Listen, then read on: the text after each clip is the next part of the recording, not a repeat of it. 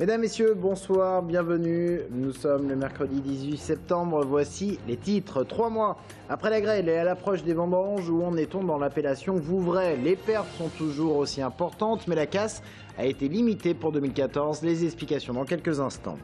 Explosion de seringues usagées dans la déchetterie de l'agglomération Tourangelle à La Riche. C'est un problème de santé publique. Les agents risquent quelque part leur vie pendant leur travail. Témoignage dans ce journal. Et puis le Tour FC se prépare à affronter 3 équipes en une semaine. Déplacement à Dijon vendredi soir, réception de Lens lundi et déplacement en terre angevine le vendredi en 8. Le Tour FC qui reste sur le podium de la Ligue 2. Septembre oblige, les vendanges approchent à grands pas. Le coup d'envoi sera donné aux alentours du 20 septembre en Touraine pour les cépages les plus précoces. Dans l'appellation Vouvray, elles auront lieu assez tardivement cette année à compter du 10 octobre. Vouvray, appellation très touchée par les orages de grêle il y a 3 mois avec de gros dégâts sur les vignes, près de la moitié de pertes prévues cette année. Mais grâce à ce bel été, ces 2 mois de beau temps quasi non-stop, on a limité la casse pour 2014. Les explications, Brian Bock. Le soleil n'est pas vraiment présent ce matin, mais les 43 jours de beau temps en juillet et août ont permis aux vignes de Vouvray de reprendre du poil de la bête. De quoi consoler les viticulteurs qui avaient vu leurs vignes se décomposer suite à un épisode de grêle en juin dernier. On a eu une belle activité de photosynthèse, on n'a pas été agacé par les pluies et les conditions climatiques au niveau de tout ce qui est mildiou et tout ça. Donc si bien qu'on est confiant, on a du bois qui s'est refait. Globalement, sur ces 20 hectares de vignes, Didier Campalou pense perdre cette année 40% de sa production totale. Sur cette parcelle, par exemple, il comptabilise jusqu'à 65% de pertes liées à la grêle. Mais le soleil de cet été a limité la casse pour la récolte 2014. On a des petites grappes qu'on appelle des verjus ou albottes, mais celles-ci ne donneront absolument rien parce qu'elles n'ont pas le temps de mûrir et tout. Mais c'est un bon signe, comme diraient un petit peu les anciens, quand on a des verjus ou des albottes, ça veut dire que l'année prochaine, on aura quand même de la récolte. Philippe Thierry, le directeur de la cave des producteurs de Vouvray, préfère rester prudent. Si le soleil a permis de stimuler la production de bois et le développement des vignes, il ne s'avance pas pour autant sur la récolte de l'année prochaine. Ce sont des effets positifs de cet été plutôt chaud, sauf que ça ne préjuge pas quand même d'une bonne récolte 2014 sur les vignes particulièrement touchées. Ça donne la possibilité aux tailleurs d'avoir un peu plus de choix dans les brins qu'il va laisser. Mais avant 2014, il y a la récolte 2013 qui s'annonce diminuer de 45 à 50%. En revanche, avec peu de quantité, le cru de cette année s'annonce de bonne qualité. Drame à Saint-Avertin dans l'agglomération Tourangelle. Un corps a été repêché ce midi dans le bras du Petit Cher. Il s'agit de cette dame âgée de 79 ans dont on était sans nouvelles depuis dimanche soir. La police avait lancé un appel à témoins. Une enquête a été ouverte aujourd'hui, mais il semblerait que ce décès soit accidentel. Aucune trace de violence n'a été relevée sur le corps lors de l'autopsie. Cette dame avait l'habitude de donner à manger aux canards. Elle aurait peut-être glissé dans ce bras du Cher. En bref, une collision entre une voiture et un bus scolaire à Sainte-Maure-de-Touraine. L'accident s'est produit vers 12h45 aujourd'hui sur la départementale 910. Dans la voiture, une personne a été grièvement blessée, une autre l'a été plus légèrement. Le car lui transportait 35 élèves, tous sont indemnes. On en vient à ce sujet de santé publique et les risques pris par les valoristes, ces employés de déchetterie qui trient tous les jours nos déchets. Les risques, eh bien, ce sont par exemple les seringues, une piqûre et parfois c'est une maladie qui est contractée. Exemple à la déchetterie de La Riche dans l'agglomération Tourangelle où l'on enregistre une hausse spectaculaire du nombre de seringues usagées. Sabrina Meloult. Le premier jour où je suis arrivée, le matin même, en fait, il y a eu effectivement quelqu'un qui a mis l'arrêt d'urgence et puis il y avait donc des seringues sur le tapis. Sophie a intégré l'équipe des valoristes de La Riche il y a 3 mois à peine.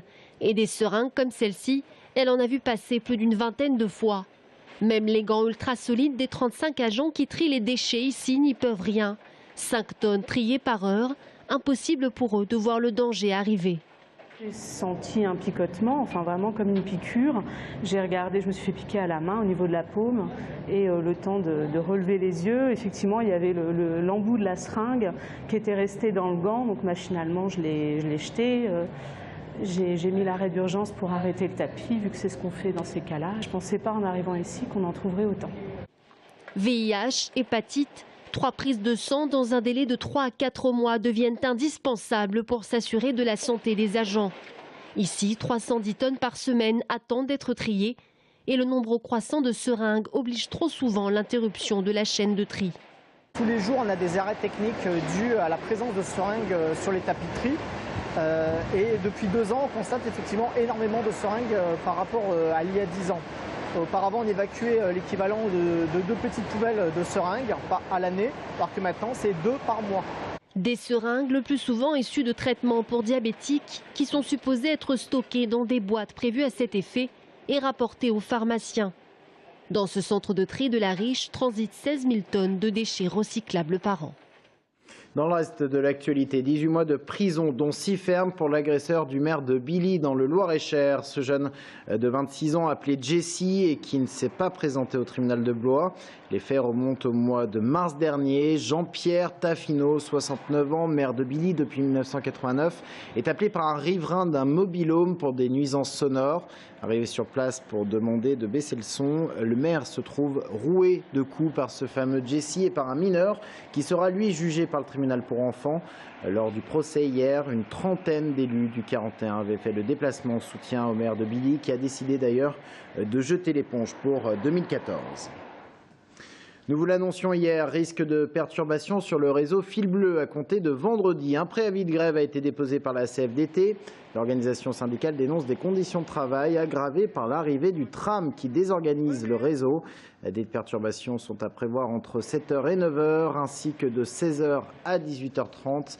Mais Fil Bleu assure que 85% de l'offre reste maintenue et que le tram circulera normalement à 16h.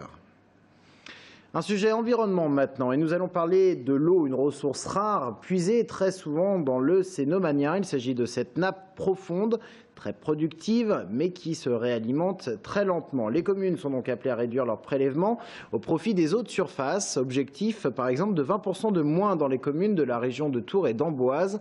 Tel en a décidé le schéma directeur d'aménagement et de gestion des eaux pour la période 2010-2015. Anaïs Michaud. Sauvons le Cénomanien. C'est le mot d'ordre de l'agglomération de Tours qui, avec celle d'Amboise, représente le point noir du département. Pour parvenir à une baisse d'au moins 20% des prélèvements dans cette nappe avant 2015, la ville de Tours a invité une vingtaine de communes à travailler ensemble. L'idée est de mutualiser les ressources. Tours a la possibilité de capter l'eau dans la nappe alluviale de la Loire. Une nappe qui, contrairement au Cénomanien, se renouvelle rapidement. Elle va donc fournir les communes limitrophes qui, elles, ne bénéficient pas de cette ressource. On a commencé par Chambray, on a passé un accord avec Chambray, on leur vend de l'eau. Avec Saint-Avertin et La Riche, on est en discussion, mais ça avance bien. Avec Roche-Corbon et Parcé-Mêlé, on est aussi très actif parce que les travaux sont commencés. Donc avec plusieurs communes qui sont limitrophes, là on peut le faire. On peut agir immédiatement et à des coûts raisonnables. Pour Parcé-Mêlé et Roche-Corbon, le coût des infrastructures nécessaires s'élève à 350 000 €. Une somme prise en charge à 50% par la ville de Tours et à 50% par les 2 autres communes. Pour ce qui est du prix de l'eau, pas de panique, les consommateurs ne paieront pas de surcoût lié à ce nouveau fonctionnement. Ça n'augmentera pas le prix de l'eau dans les villes concernées parce que justement on a adapté notre vente du prix de l'eau brut au prix qui était réalisé par les communes, quel que soit d'ailleurs leur mode de gestion. Outre l'aspect écologique, ces nouvelles interconnexions présentent l'avantage non négligeable d'être à double sens. Ainsi, si les nappes alluviales venaient à être polluées, les villes limitrophes pourraient ponctuellement fournir Tours grâce à leur captage dans le Cénomanien. Bientôt une nouvelle autoroute passant par Tours. Elle est ferroviaire, cette autoroute, prévue pour 2016. Le ministre des Transports doit annoncer la création d'une grande ligne ferroviaire atlantique pour le fret entre Calais et Tarnos dans les Landes. Elle passerait donc forcément par la région Tourangelle. L'objectif, transporter 90 000 camions par an à l'horizon 2020. Il s'agirait de la 3e autoroute ferroviaire en France. Coût envisagé de 300 millions d'euros à la charge de RFF pour réaliser les travaux d'infrastructure. Moutarde contre Rion, le Tour FC se déplace vendredi soir à Dijon dans le cadre de la 7e journée de Ligue 2 face au 16e du classement. Les Tourangeaux, 3e de la Ligue 2, peuvent être en confiance, mais attention quand même aux Dijonnais. Et pas seulement, car le Tour FC affronte 3 clubs en une semaine au total. Romain Delville. Après 6 journées de Ligue 2, le Tour Football Club enchaîne 3 matchs en une semaine. Une semaine à base de moutarde dijonnaise sur frites lensoises, accompagnée d'un petit vin d'Anjou. Le gros de la tâche ce sera lundi contre Lens, actuel 2e de la L2, et face au leader angevin vendredi en 8. Mais il y a 9 points distribués et ça commence vendredi sur la pelouse du stade Gaston Gérard. Quand on regarde les 3 matchs qui viennent, on se dit que voilà, c'est des matchs très intéressants à jouer. Face à des équipes de haut tableau, Dijon qui a peiné en début de championnat mais qui a de réelles possibilités. Je pense qu'ils ont fait preuve de beaucoup de malchance depuis le début de la saison, mais qui a quand même un fort potentiel. Au vu du classement, le FC Dijon-Côte d'Or ne pète pas la forme, 16e avec 6 points. Sauf que depuis 3 matchs, les Dijonnais n'ont pas perdu et pas encaissé un seul but. De quoi calmer les ardeurs du Tour FC. Ils ne marquent pas, mais par contre, ils se créent pas mal d'occasions de but. Donc, c'était notre cas début août. Après, on a rectifié le tir, on a réussi à corriger et à mettre des buts. On est aujourd'hui la meilleure attaque de Ligue 2. Voilà. Le fait d'être solide défensivement, c'est, je pense, déjà un atout. Une série d'invincibilité de 7 matchs côté TFC, aucun but encaissé depuis plus de 270 minutes chez les Dijonnais. Quel stade va être contesté en premier? Réponse vendredi aux alentours de 22 h. Restez avec nous dans un instant, nous parlons des municipales. Nous recevons Michael Cortot, il s'agit du secrétaire fédéral du Parti socialiste d'Indre-et-Loire. C'est dans un instant.